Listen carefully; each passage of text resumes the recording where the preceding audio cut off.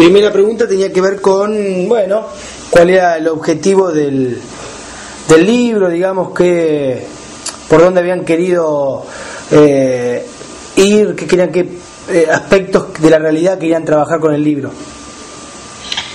Mira, nosotros empezamos la investigación en la zona de lo que en el libro llamamos Arquitecto Cuchi, claro, con una idea muy distinta. Está bueno que cada tanto me digas claro, cosa de que... Dale, hacemos así. Que sé que estás escuchando. Claro, dale. Con una idea distinta a lo que terminó siendo el libro. Vale. El libro es un libro que intenta describir y en parte explicar la forma que adquiere la violencia en una zona periférica. El origen de la investigación fue un intento de replicar el estudio que yo había hecho en Villa Inflamable, que salió publicado hace unos años, sobre sufrimiento ambiental, o sea, sobre cómo gente que está viviendo en lugares muy contaminados, claro, experimenta lo que se llama el asalto tóxico. Y lo queríamos hacer en una zona en donde no fuese tan evidente el foco de contaminación como sí lo es en Dock Sur.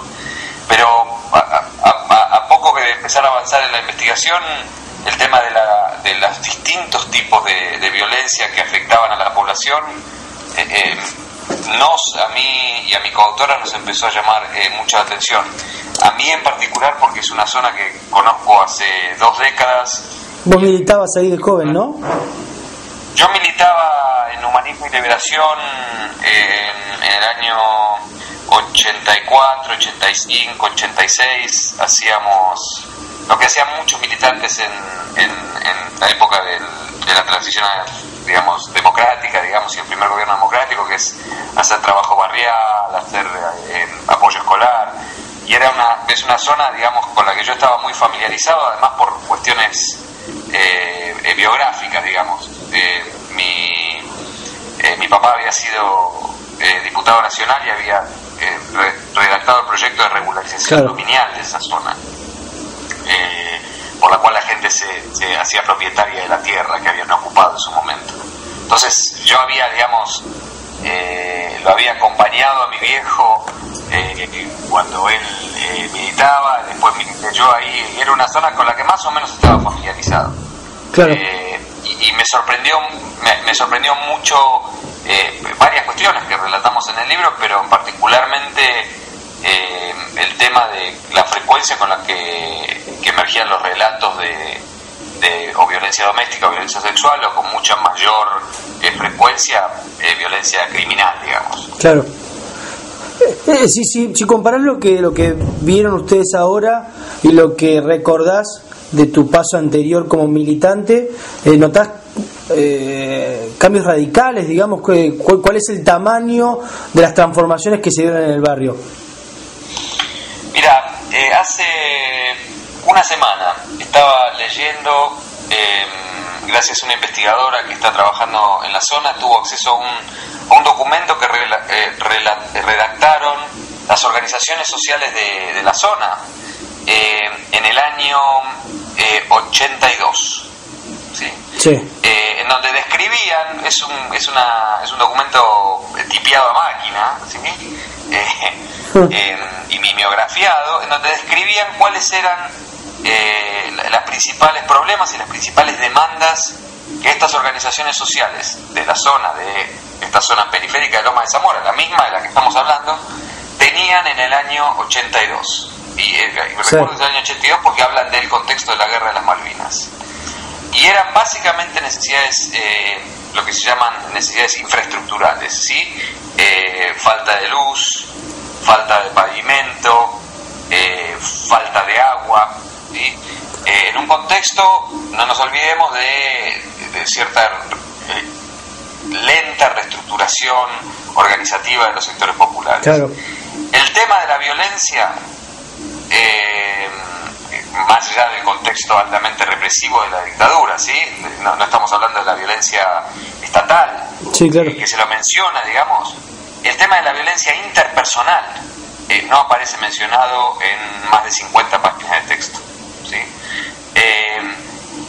Mucho menos aparece el tema de la prisonización de la población, o sea, de que en ese momento sea un problema de que haya mucha gente en la cárcel, ¿sí? Esos dos, el tema del crecimiento de la violencia interpersonal y el tema de la prisonización de una población, son los dos temas que a mí me parece que indican un cambio fundamental en esta zona, ¿sí? Sí. Yo me animaría a decir que son muchas otras zonas de la periferia urbana que están afectadas por estos problemas, pero no quiero hacer un salto, claro, sobre el cual no tengo evidencia, digamos. Lo que sí tengo evidencia, sí, es que digamos, mirando las tasas de homicidios, por ejemplo, en la zona, hay, y esto hay un error en el libro, un error de cálculo y de tipeo, digamos, se habla de un 780% de aumento, y en realidad es un 180% de aumento, vale, en las tasas de homicidios desde el año 2003 al año en que comenzamos la investigación, que fue el 2008. Es un aumento muy importante. O sea, si me preguntás cuál es el cambio más importante, es que es una zona más violenta. Claro.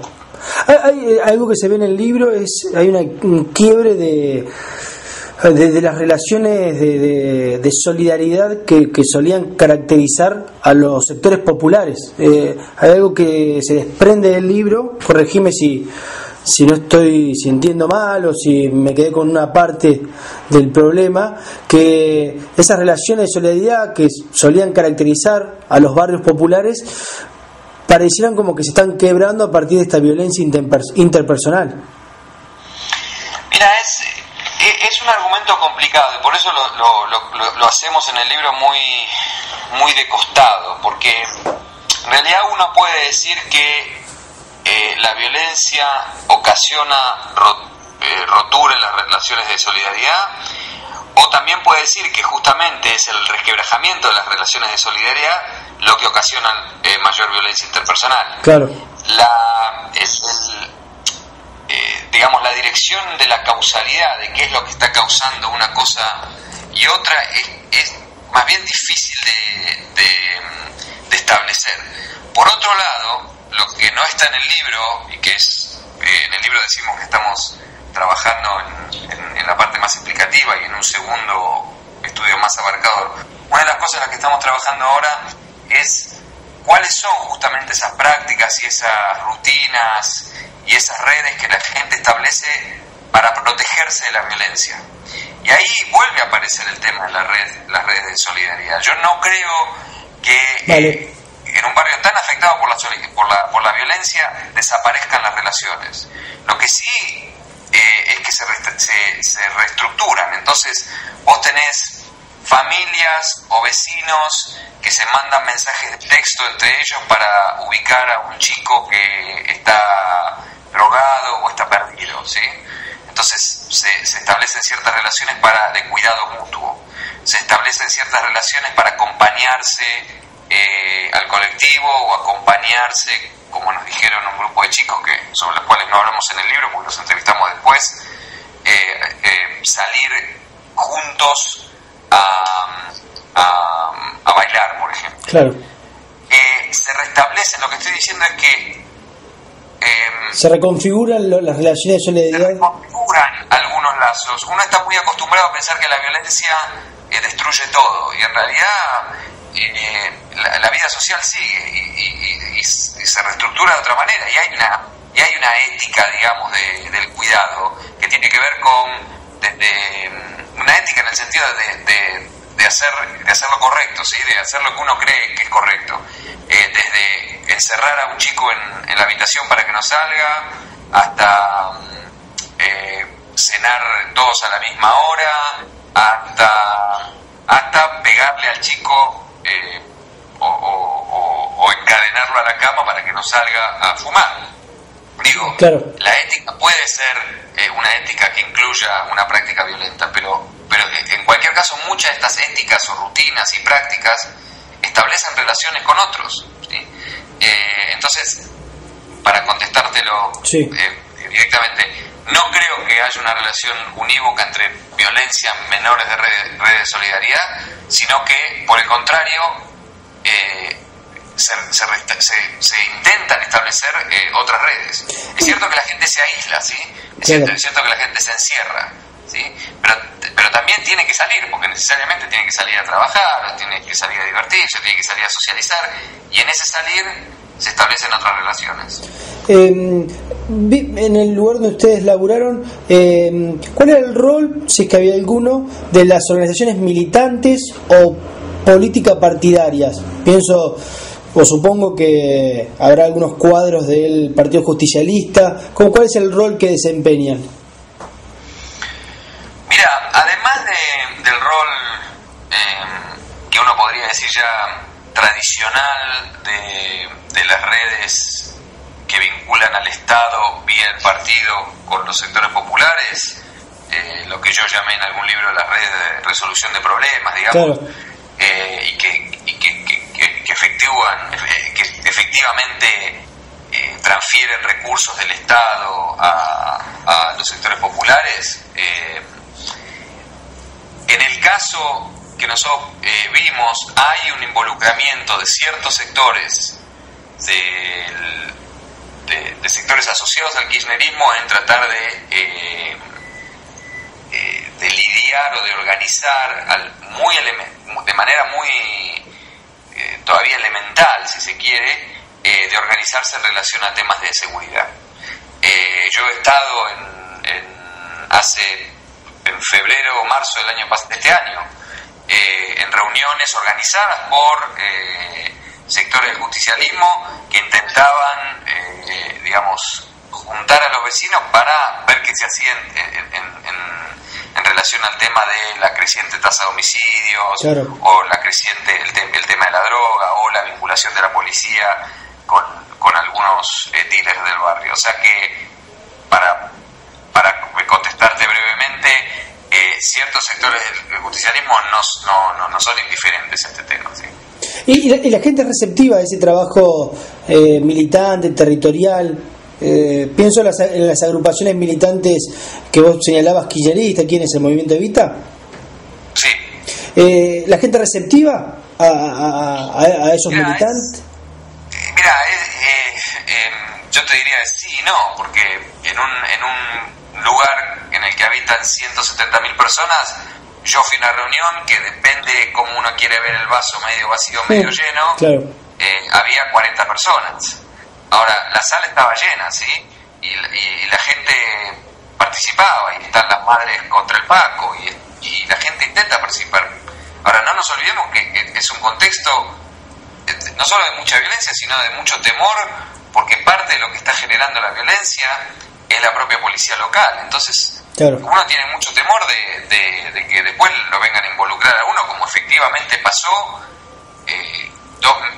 2 meses después escribimos una crónica en la revista Anfibia con Florencia Alcaraz sobre la participación de la policía en el negocio de las drogas, que plantan evidencia. Entonces uno tampoco se quiere, plantar fuertemente frente a la policía, que sabe cómplice de la violencia en la zona, porque no sabe lo que le va a pasar. Entonces, la recepción es que incluso gente que no era, al menos hasta donde yo pude establecer, gente vinculada o gente, del partido, estaba en esa reunión. Es difícil, claro. Yo participé en una marcha y había, 200 personas. Bueno, eran 200 personas, o 100 personas, eran 100 personas. Es difícil decirte si eso, es... de hecho, es significativo para la gente que participa, eso sí, no tengo ninguna duda. Claro, claro. Pero es incluso, me atrevería a decir, para la misma gente que está organizando esto, se hace muy cuesta arriba, ¿sí? Describen en el libro esta idea de la violencia como cadena. ¿Me podrías resumir ese concepto? Mira, uno está muy acostumbrado a pensar, y en los debates públicos en Argentina y en América Latina y aquí mismo en los Estados Unidos, se suele pensar que la violencia, o sea, la perpetración de daño físico, cuando ocurre desde un hombre o una mujer en el contexto del hogar se la llama violencia doméstica, ¿sí? Claro. Cuando ocurre de un hombre para una mujer en la esfera pública o en la calle, la podemos llamar violencia sexual. Cuando ocurre entre un tipo que intenta robar a alguien, se la llama violencia criminal, y cuando ocurre entre tranzas se la llama violencia vinculada a las drogas. Lo que nosotros vimos, y esto fue sí muy inductivo más que deductivo, o sea, lo encontramos en los testimonios, en las entrevistas, en los episodios que pudimos reconstruir, es que en realidad estas formas de violencia que tradicionalmente se las piensa de manera separada, en realidad están vinculadas unas con otras en cómo sucede, ¿sí? Entonces, un chico que vende drogas le deja de pagar un tranza, y entonces el tranza lo va a visitar a la casa, y no solo lo amenaza a él, sino amenaza a la mamá y a la hermana, y toquetea a la hermana o no la toquetea, no importa, digamos. Claro. No estoy describiendo un caso real, sino que cosas que sucedieron, ¿sí? Entonces el padrastro o la mamá, como consecuencia de haber traído a ese tranza o haber involucrado un tranza en el hogar, después le pega al pibe, ¿sí? Claro. Y el pibe se agarra a trompadas con el hermano. En realidad es una cadena causal. Lo que vemos que estos tipos de violencia, que uno podría decir, ocurre en la casa es una cosa, ocurre fuera de la casa es otra, están muy vinculadas unas con las otras. Claro. Entonces, para entenderlas mejor, y muchas de estas cadenas llegan, en algunos casos, en algunos episodios, llegan hasta la policía, ¿sí? Entonces, me parece que para comprender mejor el carácter, el uso y la forma de la violencia en esta periferia, es mejor pensarlo como una cadena.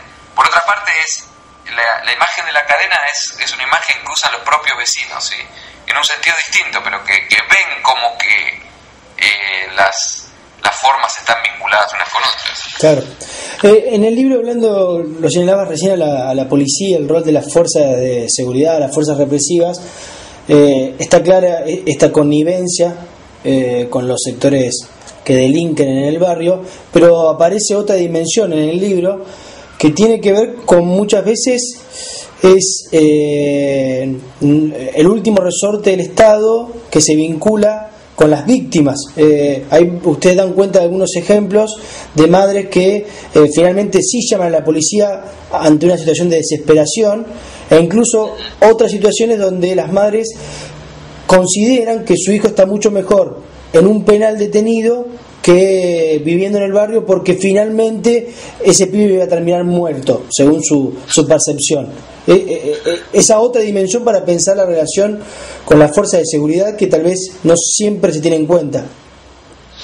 Es cierto lo que señalas. Al mismo tiempo, y esto trasciende el material empírico que presentamos y tiene que ver con mi interpretación particular, ¿sí? Uno tiene que pensar en qué clase de orden social es que, digamos, por decirlo de alguna manera muy extrema, qué orden social más cruel y más pernicioso, que hace que una madre piense que su hijo está mejor en la cárcel, o que una madre efectivamente llame a la policía para arrestar a su hijo. Digamos, esto, hace muchos años Foucault hablaba de gobernamentalidad, digamos, de un orden social que gobierna los cuerpos y las mentes de los sujetos y los crea como sujetos. A mí me cuesta pensar en un ejemplo más tremendo de gobernamentalidad que esto que vos mencionás, porque es como una madre disciplina a sus hijos o intenta disciplinar a su hijo con la complicidad del Estado, porque fue el propio orden social la que la puso contra la pared. ¿Sí? A mí me parece que es un acto de ética, digamos. Ellas están haciendo lo que creen correcto y no las juzgo por eso. Lo que yo creo que tenemos que juzgar seriamente, una posición un poco más normativa, si quiere, es qué clase de sociedad es la que están viviendo. Sí, claro. Y en el libro aparece te llevo a la pregunta por el rol del Estado. En el libro aparece, uno ve, arquitecto Tucci, uno dice, la asignación universal por lo visto llega. Generalmente las familias que ustedes escriben trabajo tienen o alguna changa tienen, seguramente no tienen trabajo de calidad. La salita existe, da la sensación que faltan, hay un piso de Estado, da la sensación que falta una discusión sobre nuevos niveles de Estado y cómo debiera ser ese Estado que tiene que intervenir en el arquitecto Tucci, en esas realidades. ¿Cómo ves? Yo creo que, a ver, y se me puede quizá acusar de ver esto con mucha distancia, digamos. A veces la distancia, digamos, tiene sus virtudes y tiene sus defectos, ¿sí? Digamos, yo me involucro en un lugar con mucha intensidad y después me retiro a miles de kilómetros de distancia a pensar qué está pasando, ¿no?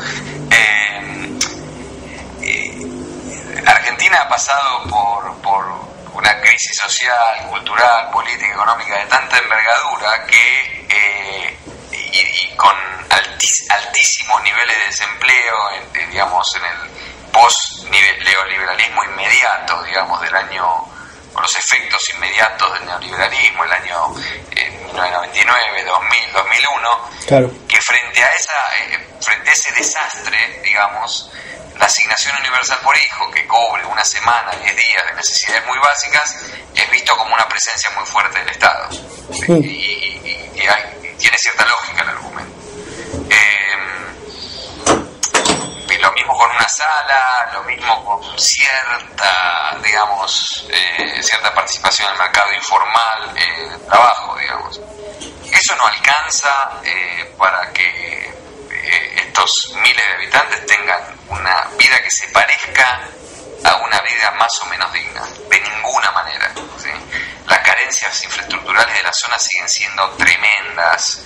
Hay zonas que se siguen pareciendo y mucho por cómo ha crecido la zona en los últimos 40 años a lo que eran en su origen, digamos. Se siguen inundando, siguen tomando agua contaminada, siguen caminando las calles de tierra, de barro. Entonces es cierto que el Estado está, pero está de una manera muy, muy precaria y reproduciendo esa precariedad. Esto ya lo digo más a nivel personal. Es cierto que el Estado está en la forma de una escuela. Hay muchas escuelas públicas en la zona. Ahora, si vos te tomás el trabajo de ver qué clase de escuela es esa, sí, claro, a mí me cuesta pensar que eso es un Estado que garantice un piso mínimo de derechos, ¿sí? Porque esas escuelas en muchos casos se parecen más bien a depósitos, ¿sí? Depósitos que ojo, cumplen una función. Los chicos comen en la escuela. Yo no estoy diciendo, bueno, eso es lo mismo que nada. No es lo mismo que nada. Pero de ahí a decir que es un Estado que garantice la inclusión social, lo mismo de decir que la asignación universal por hijo garantiza la inclusión social, me parece que es fantasía, fantasía sociológica, digo. Claro. En el sentido, no estoy diciendo que hay que deshacer de la asignación universal y de la escuela, de ninguna manera. Pero me parece que decir que eso es garante... Es un piso muy bajo. Es un piso y un mecanismo muy insuficiente para que esta gente esté integrada. No nos olvidemos que ya son casi 2 generaciones sin ningún contacto, sostenido con el mercado formal de trabajo, ¿sí? Esa escuela no integra el mercado formal de trabajo, ¿sí? Y el mercado formal de trabajo prácticamente se ha desvanecido de esas zonas, ¿sí? Entonces me parece que en realidad si uno, digamos, para usar la misma imagen de la fantasía, si es por fantasear, los niveles de inversión que tiene que haber en esa zona tienen que multiplicarse por mucho, sí, claro, para que efectivamente se garantice la inclusión. Hoy, digo para sumar una anécdota, es un libro que de última está, el que escribimos, está hablando del tema de les preocupa a todos en Argentina o a muchos, que es la inseguridad, ¿sí? Hoy, el candidato, curiosamente, el candidato que es intendente del municipio en donde hicimos el trabajo de campo, su propuesta para combatir el tema de la inseguridad es disminuir la edad de imputabilidad por el crimen. Sí. ¿Esa es la política que hay que tener para el tema de la seguridad? No, porque si vos ves dónde se está generando, qué ocurre en estas fábricas de violencia, lo que menos uno tiene que pensar es disminuir la edad de imputabilidad, porque lo que vas a hacer es, lo que estás efectivamente pensando es que la manera de tratar el crimen es con la cárcel, y la cárcel es otra fábrica de violencia. Entonces, por un lado, se nos dice que la asignación universal por hijo es un mecanismo de inclusión, pero por el otro lado se trata a los efectos de la exclusión con la cárcel, claro, con el sistema penal, y me parece ahí en la zona que ustedes laburaron, perverso. Sí. Si en la zona que ustedes trabajaron había presencia de gendarmería cuando ustedes hicieron este estudio. Sí, la gendarmería está ahí hace muchos años, es parte del operativo Centinela y aparece con mucha más frecuencia los días de la Feria de la Salada. ¿Y la gente notaba algún cambio en relación a la gendarmería? ¿O más militarización y los mismos dramas? Lo que se percibe es más militarización. Uno de los estudiantes que trabajó conmigo los hicieron, digamos, los detuvieron una vez, los hicieron bajar, etcétera, del colectivo en el que estaban viajando. La gendarmería, justamente por su implante, aparece como una fuerza de ocupación, ¿sí? Y yo no soy un experto en seguridad, ni mucho menos, pero si uno quiere policiar una zona, la policía, en el sentido de que no la invade y la ocupa, sino que la interviene, ¿sí? Esto está muy bien graficado, no sé si vos conocés la serie The Wire, no. Que es acá, digamos, pero está muy bien graficado en esa serie, que dice, si uno quiere en realidad regular la violencia, lo que tiene que es, y esto, te repito, yo no soy un experto, es entrar en una zona, no solamente ocuparla, digamos, no solamente monitorearla desde afuera. Claro. Esto, por otro lado, lo dice muy bien Marcelo Saín en su libro El Leviatán Azul, digamos, de cómo los problemas y las limitaciones y las complicidades de la policía con el tema del delito. Claro. Javier, te agradezco mucho. Sabes que la última pregunta que me quedó dando vuelta, que es a partir no solo del libro, sino de una frase que vos citabas, creo que en una entrevista que diste para el debate, me parece, que era en relación a que a cómo se niega la violencia en los barrios marginales, y vos decías algo así como que la derecha considera que la inseguridad tiene que ver con su propia seguridad y que son víctimas de las agresiones de los sectores populares. Y desde la izquierda, del progresismo, se dice que la inseguridad en realidad no existe, que es una fantasía de la derecha. Y en el medio queda toda esta problemática invisibilizada. Sí, y queda la problemática invisibilizada y al mismo tiempo quedan invisibilizados no solo la problemática, sino quiénes son las víctimas. Claro. Digamos, si hay algo que sabemos es que la violencia no es democrática, en el sentido que no afecta a todos por igual, ¿sí? Y si uno cuenta dónde están los muertos y la violencia interpersonal, están entre los sectores más pobres, más marginados. Y digamos, el esfuerzo, si se quiere, más bien ético-político como autores nuestros y la intervención intelectual es, a veces uno quiere creer y tiene que creer en el poder de la pluma, ¿no? Para hablar en términos muy tradicionales, digamos. Claro. Y vos sos periodista y también tenés que creer en eso, porque si no crees en eso, uno deja todo, ¿no? Claro. Y puede ser medio un sueño, una fantasía, no importa, pero uno tiene que creer. Bueno, uno cree que lo que escribe tiene que tener algún efecto, y el efecto intencional es poner a discutir el tema de que quienes más están afectados por la violencia que dice afectar solo un sector de la sociedad son los más pobres, ¿sí? son quienes más están afectados por la prisonización y quienes más están afectados por los homicidios, las tasas de heridos graves también nos afectan más a ellos, etcétera, etcétera. Entonces, es ahí donde quisimos intervenir, si se quiere. Che, Javier, te agradezco mucho la conversación. Después te mando los links con la entrevista. Dale, gracias a vos. No, por favor. Chao, gracias.